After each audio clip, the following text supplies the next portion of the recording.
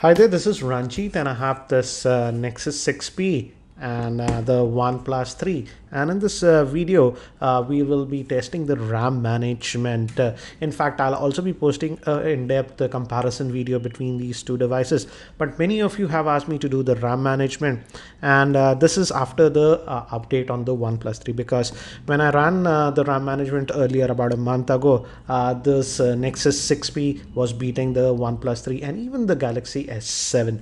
But let's test it and let's see which one does better RAM management. By the way, the Nexus 6P has 3 gigabytes of RAM, and this OnePlus 3 has 6 gigabytes of RAM. And I have these two devices, and I have some apps that are running in memory. For example, this is the quick toggle and even the glove box. Both these apps are sort of resident apps, and they are running on both these devices. So that is one thing that you have to note. As you can see, glove box, I've kept it over here. So let's start testing, and I already have two apps in the memory. That is this Google Maps, as you can see, and even Uber is there in memory. So I've just set it up so that if it resets, we will immediately know. So let's start loading up some apps, and again, this is Power RAM, and I'm just forwarding this section because I'm just quickly just opening apps on both the devices, and the same apps like heavy apps like even OneNote, etc. Doing the same for both, again, maps and stuff. So I'll just skip this portion and then we'll continue. Now we have a couple of apps in memory. As you can see, a cool bunch of apps. Let's see if let's try Uber and see. Let's see if it's in memory. Yes, that's in memory. That's a good thing. If you notice, the Nexus 6P is also doing a good job, though it had just 3 gigabytes of RAM. Again, this was also in memory. So we load a few more apps now. So now just loading more apps like YouTube, even the Chrome browser, and I even load Periscope. Now I think so we have more than 10 apps sort of in memory. Let's see if this Maps is in memory. Yes, no issues there. That's really good. In fact, I'm impressed with the RAM management. Twitter was there, and what else? Let's see YouTube, if it's going to reload. No, didn't reload. So very good RAM management again on both the devices. Let's see Periscope, again, no issues.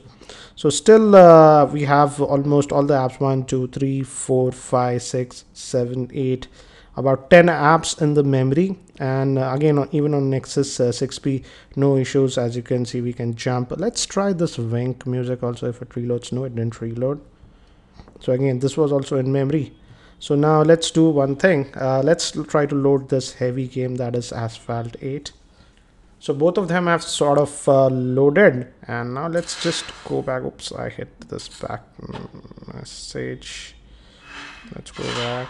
Okay, let's hit home, and now let's see which apps are in memory and which have booted out. Let's try with Twitter. It's very easy to find out if it's out of memory. So where is Twitter on this one?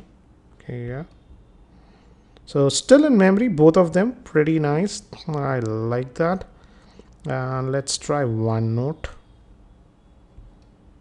Again, OneNote finally actually now refreshed on this one. So yeah, so finally the extra RAM that we have on the OnePlus 3 made a difference. And yes, the Nexus 6P finally, after about 10 apps, started reloading the apps. But again, I have to say the memory management on the Nexus 6P, considering that it just has 3 gigabytes of RAM, is also very good. But again, in pure number of apps that can be in memory, the OnePlus 3 goes ahead because of the fact that it's having 6 gigabytes of RAM. I've also posted the camera review and comparison between both these devices. Link for that video will be in the YouTube show notes. I'll also be posting a 10-point comparison, a practical comparison between both these devices very soon, so stay tuned to my channel. I hope you found this video helpful, and if you're not subscribed to my YouTube channel, hit that subscribe button. Thanks for watching. This is Ranjit, and I hope to see you in my next video.